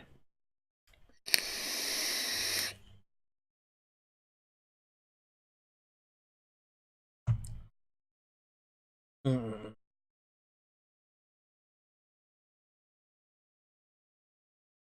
What are you doing now? Okay. Uh, Ion Tron is saying they'll kill at least one per episode. Wow. One main character death per episode. That would be. Mm-mm-mm. Man. It's funny. There are supposed spoilers out there. I saw one, and I'm like, and it was like for the end too. I hope that it doesn't end like that. That would be, not that it would be lame, but that would. I mean, it would be bittersweet. So, but I can't see the show, or I can't see the story ending like that. That would be a little weird. Obviously, I'm not gonna give away what that is. I kind of stumbled upon it, and I'm like, the only reason I even remember it now is because we were, just talking about the final season or whatever.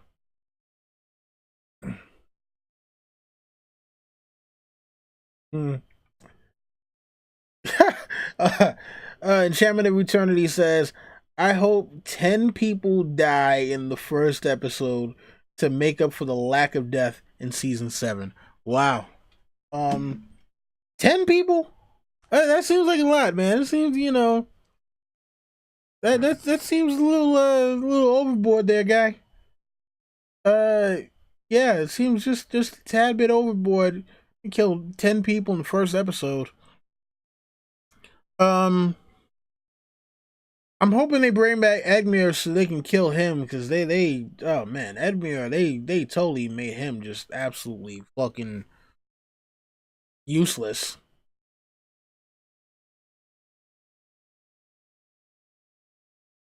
Let's see here.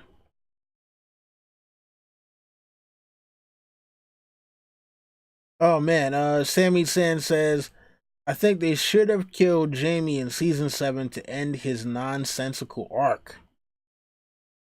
That would have been a really big shock if they would have killed him off in season 7.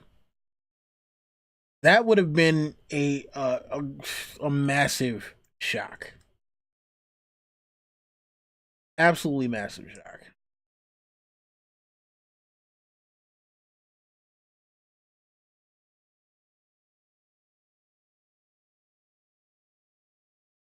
Let's see here.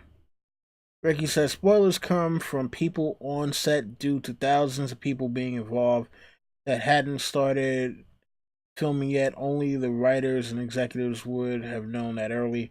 I mean, it's possible, you know. And again, these spoilers, I don't consider them to actually be true spoilers. I think that it's people who are greatly speculating based off of what is still left for there to possibly be. Um, but who knows? Who knows? That would be interesting. Um, to say the least, that would be interesting.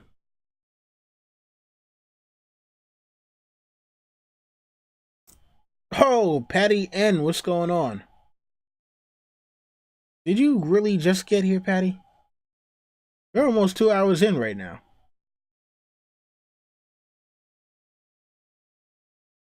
All right. All right. From Marilyn Bentley,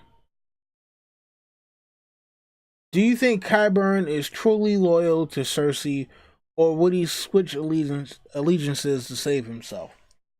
Um, yeah, you know what? Qyburn is loyal to whatever will help him to fund his scientific experiments. You know, um, Qyburn.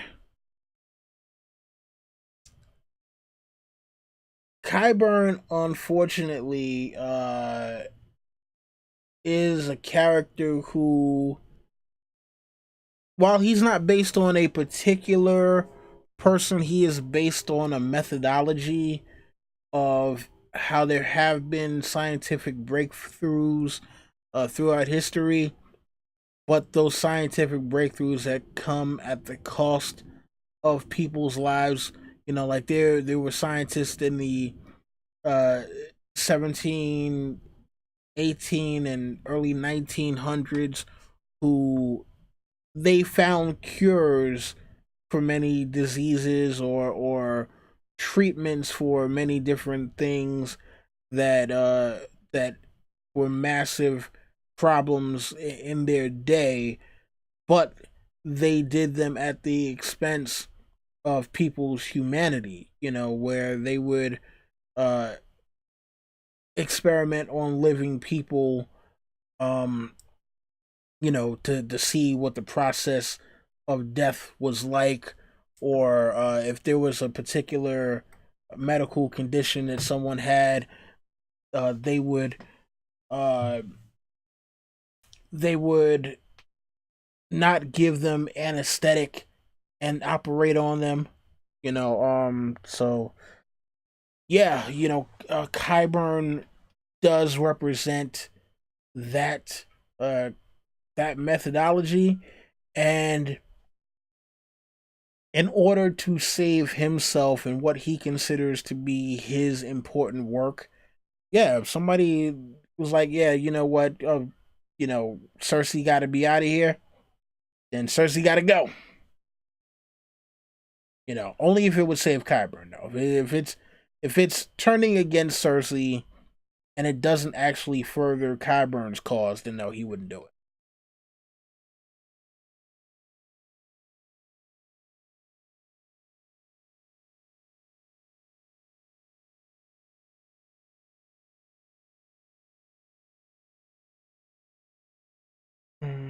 Be here. Ricky Hunt asks, with Jamie leaving King's Landing, does that mean he is not the Valonqar, or will they just cut the Valonqar out for the show? I mean, well, they never mentioned that prophecy for the show. You know, in the scene that it was supposed to be mentioned in, where Cersei goes and meets with Maggie the Frog, that was the part that was left out, and so um they could be trying to surprise people by leaving that out, you know, because for us who have read the books, um, you know, I'm thinking it's gonna be Jamie that winds up killing her. Tony Teflon, great friend of the Hype Watch, he says that the Valonqar is going to be what's this guy? Euron. So I don't know, we'll see what happens with that. You know, yeah. So you know, we'll see what happens with that.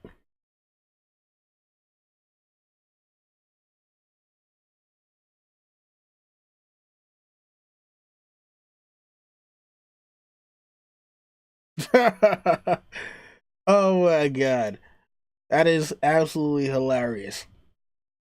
Ion Tron says HBO could become the GOT cinematic universe equivalent to Marvel, especially if none of their other shows become blockbusters. I mean, but the thing about it is, Westworld is set up to do big numbers. Um, yeah, Westworld is set up to do big numbers. I mean, the first season, uh, did well for them. I can't see I can't see season 2 not doing good for them as well.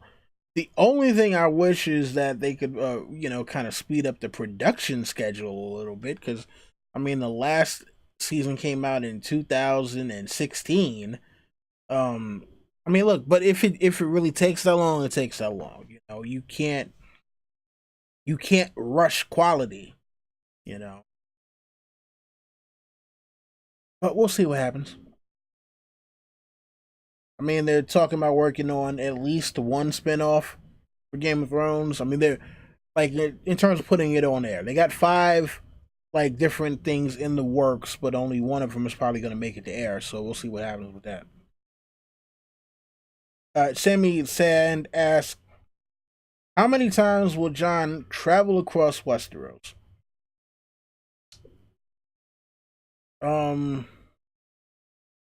I mean, it was funny because like the furthest south that he's been thus far is King's Landing. I mean, in terms of like him going on his own. Obviously, he was born in Dorne, but the furthest south that he's gone by himself was King's Landing. Um, I'm gonna say none, man. I think I don't know. Listen, John is either going to die or he's going to be the next Night King. So no more traveling across Westeros for him.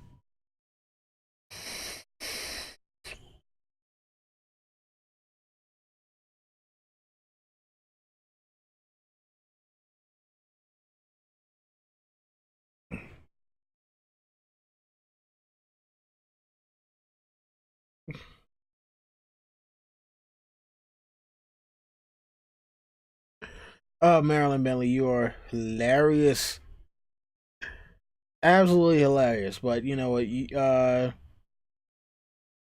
That might be true. I don't know. I haven't talked to Talking Thrones in a while, so that what you say could possibly be true. Uh.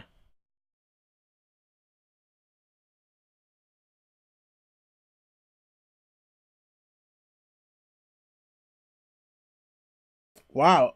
Interesting thing from Ion Tron says, what if the Valonqar are Varys's little birds?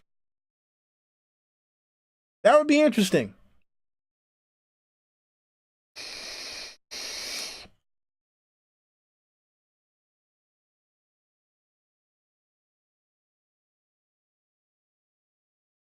That would be very interesting.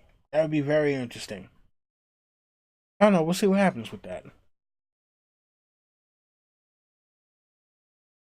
Oh man, but man. Let's see. What is? I hope. Patty Yen says, "I hope the Winds of Winter is released before the last season of the TV show." Man, listen. I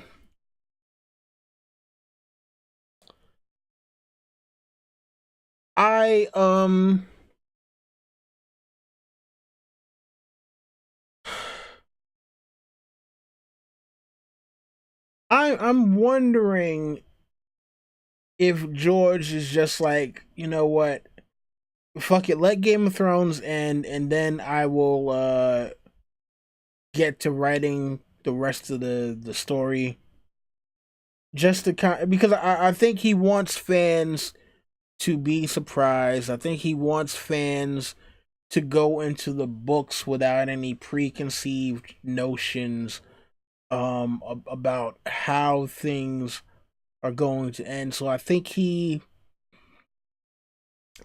wants to. I think George might want Game of Thrones to be off the air for a couple of years before the series is before the books are finished. Just because he might want it to be a thing where people um he might want it to be a thing where people are where the hype has died down. because you got to think about it. Once the TV show is over, there will still be hype for the books, but you're going to have a lot of people who, once the TV show is done, they're like, okay, I've seen the TV show, I've seen the end, I don't care about the rest. Let the books be what they may. And you're not going to have the books be the phenomenon that they have grown to be. And I think that George uh may want the hype to die down so that because I don't know if he feels pressure about releasing the books or not, but I would imagine he might, because you got to think about it. Right now, even though there are people like myself who are critical of Game of Thrones, and there are many who are critical of the TV show, it's still the most popular TV show right now. Uh, so that does, I would think, leave a lot of weight on George, just to make sure that the books are done right. And I would think that he probably is like, look, once the TV show is over, the hype will have died down, because you're not going to have people who may have only been into it because of the TV show asking about the books. You're still going to have the book fans who want the books, but I think there may not be as much pressure, external pressure from people who aren't necessarily fans of A Song of Ice and Fire, asking where the books, where the books, where the books. So that is my prediction. We don't get the rest of the series until the TV show is over, and not just over, but possibly have been off the air for a couple of years.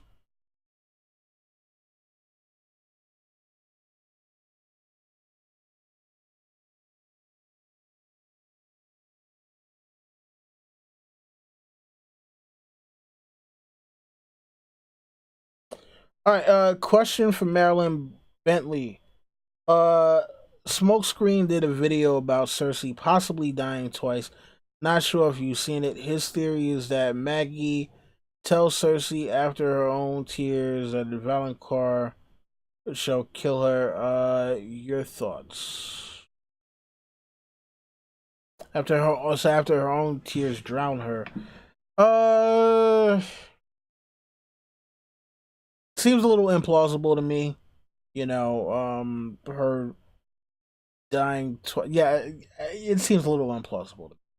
I haven't seen that video. I haven't watched any of Smokescreen's stuff in a while, so I haven't seen that. But and not that it's not possible, but it seems implausible to me. All right, next up for Ricky Hunt. Do you think Mance Rayder is Arthur Dayne? I have a $100 bet going with Order of the Green Hand over the theory. Look, I'm gonna say no to that theory. I do not think that Mance Rayder is Arthur Dayne. I have my own theory about where Arthur Dayne is. I do believe Arthur Dayne is still alive, but I do not think he is Mance Rayder. I mean, for one, the physical description of Mance Rayder versus the physical description of Arthur Dayne are the two things that already kind of give it away. Arthur Dayne is said to have purple eyes. Mance Rayder is said to have gray eyes. That's already one thing right there, you know. I think Mance Rayder is who he says he is. Think about it. He's already pretending to be Rattleshirt. So I'm like, you're telling me, it's like Tropic Thunder. I'm a dude disguised, dressed as a dude, disguised as another dude. I'm like, oh, come on, nah, man. Like, oh man, triple identities? Nah, I don't think I don't think George is trying to do all that. Not triple identities.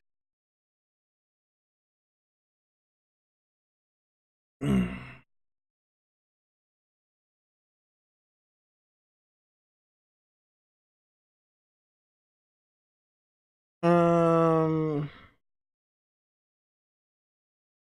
All right. So Marilyn Bentley's said, continue from the other question. Says, Chris thinks Cersei might die by drowning, then be killed again. Yeah. Nah. I'd have to. I'd have to disagree personally. Uh, Shout out to Septa Shayna Sapphires. What's going on, Sir Stefan?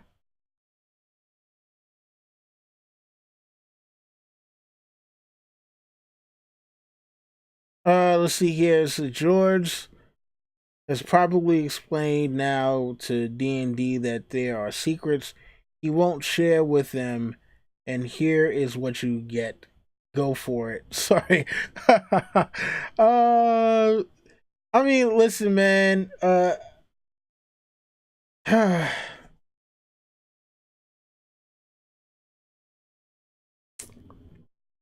pretty sure there are things that he has left out, right? Because yeah, he doesn't want the whole thing to be spoiled, and I wouldn't doubt that he gave them a different a different ending. If George were to say, right, like if he were to send out a tweet or post something on his live journal, like literally like 5 minutes after the TV show ended, that, oh, I can't wait for you guys to read the real ending in A Dream of Spring, I would not be surprised. I would not be surprised whatsoever. Oh man, Cardinal Doomsday says, I don't believe A Dream of Spring is ever going to appear. Just my opinion. Ooh, ooh, that, man, you're playing with fire right there, man. Oh my god, you're playing with fire.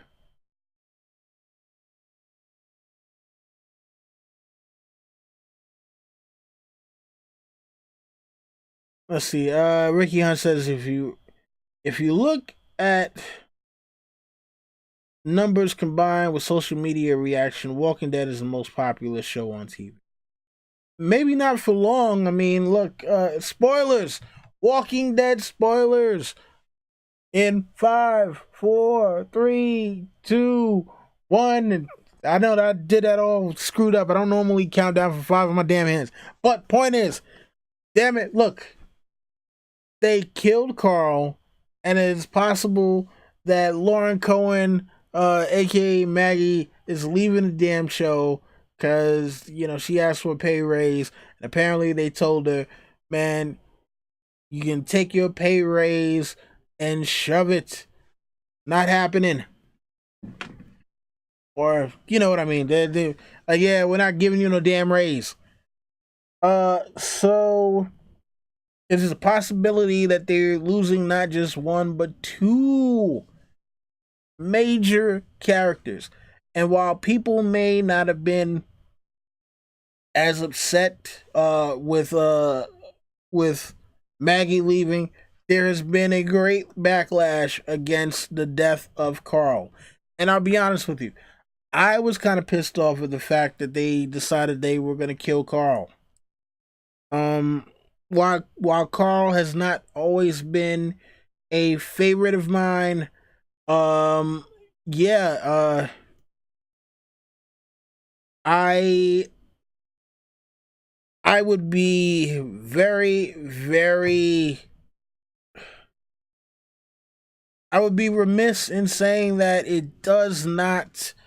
uh uh it does not hamper my enjoyment of the show. I think they have set up Carl being the possible and eventual leader of this group And so for them to kill him at this juncture, um, I think it was a mistake. I think it was a huge mistake.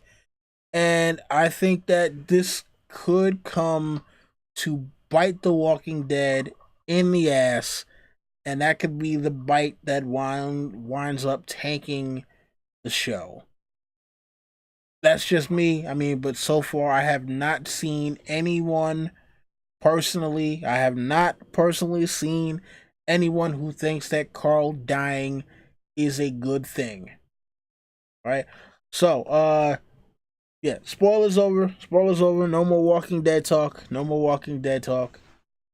All right.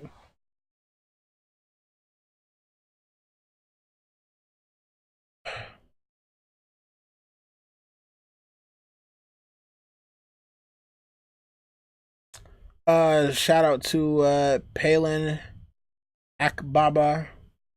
Um, yeah. So Mance. I'm trying to think. Was Mance raised by the Night's Watch? Well, I know he was in the Night's Watch from young, but I mean, apparently, or so he was a wildling originally. His mom was a wildling. His father was a man in the Night's Watch. He was brought to the wall. He served at the Shadow Tower for years. Corn Halfhand knew him. Uh, so he was a man in the Night's Watch, and then he grew up and uh somebody from the wildlings was like, yo dude, what are you doing here, and he decided to bounce. you know uh like Mance Raider to me has too much of a backstory for him to be someone else, and not only too much of a backstory, too many other people who know his backstory. It's not like he was some dude who mysteriously showed up at the wall 17 years ago, or however long Robert's Rebellion was. No, I'm like, it's already stated. Yeah, he came from north of the wall, not south of the wall. So,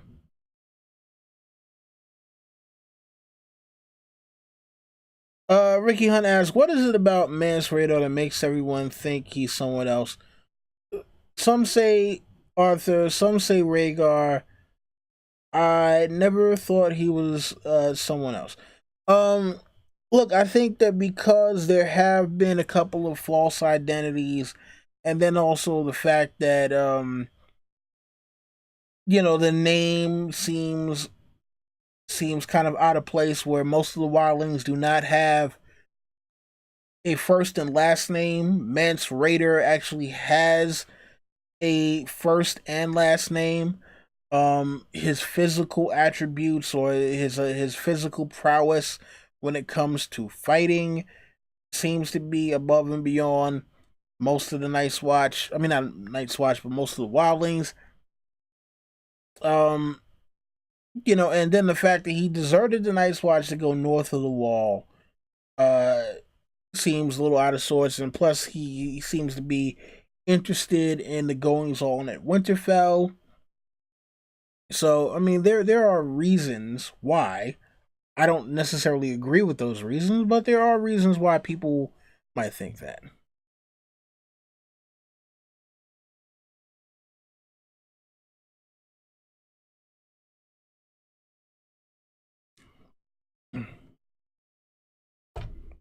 Wow! Shout out to K Philly. Shout out to Icy Spots. Shout out to Iron Tron too, because Iron Tron is always holding me down on Twitter.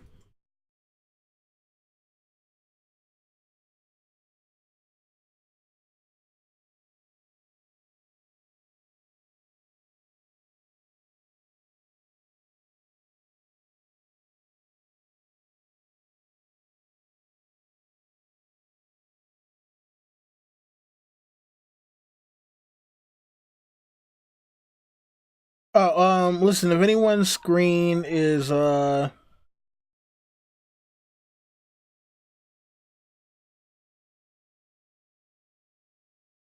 on.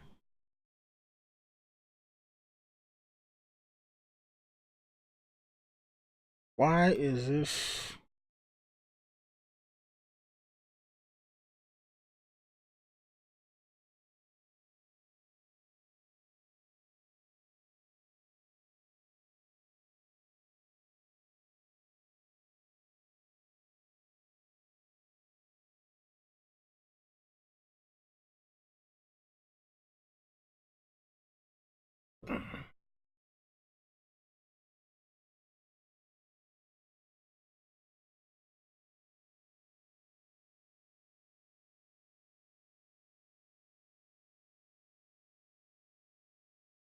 Ah, damn.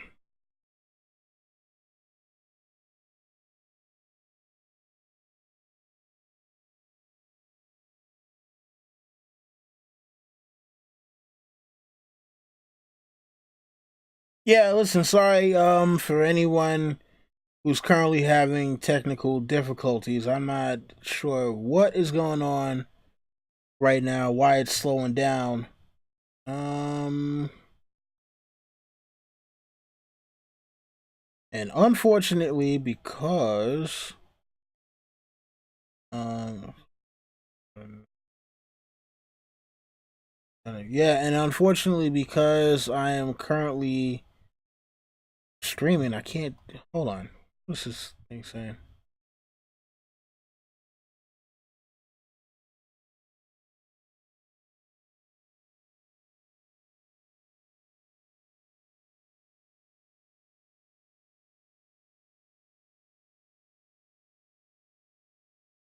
Alright, I'm gonna try this, see if it works.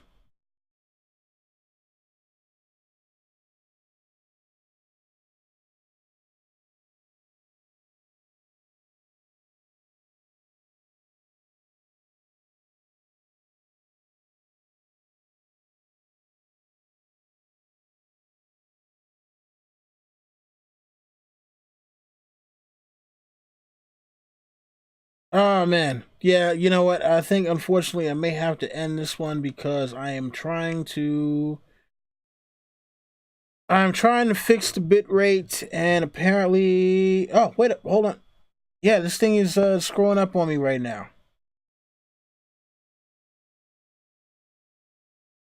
And I'm not sure why. I have no idea why this thing is doing this to me right now. This is bad.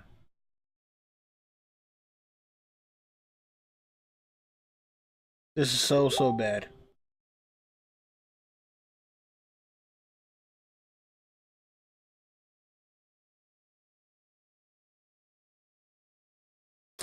Uh Unfortunately I think I'm going to have to end this, which is not what I wanted to do. Not like this anyway. Um what up, Ken?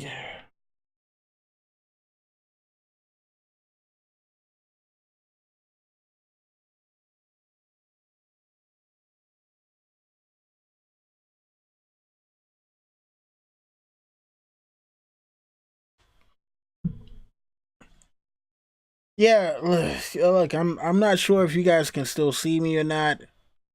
If you can, please let me know, cause this thing is kind of screwing with me right now.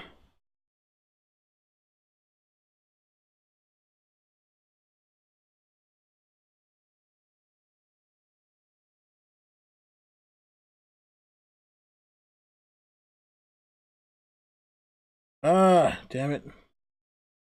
Why am I frozen?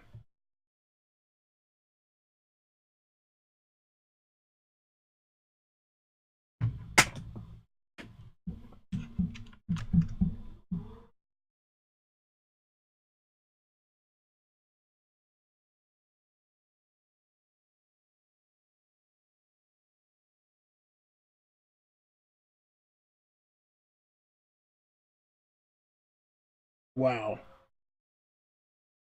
All right. Oh man. Shout out to Broncos fan. Yeah. Look. Unfortunately, I think I might have to end this right now. Not the way I wanted to do it.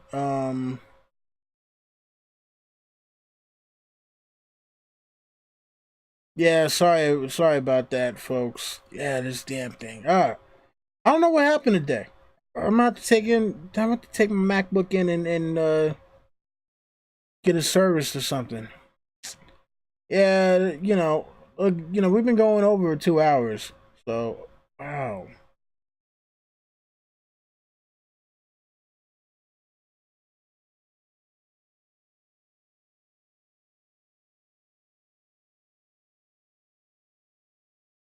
All right, sorry, folks. I'm gonna have to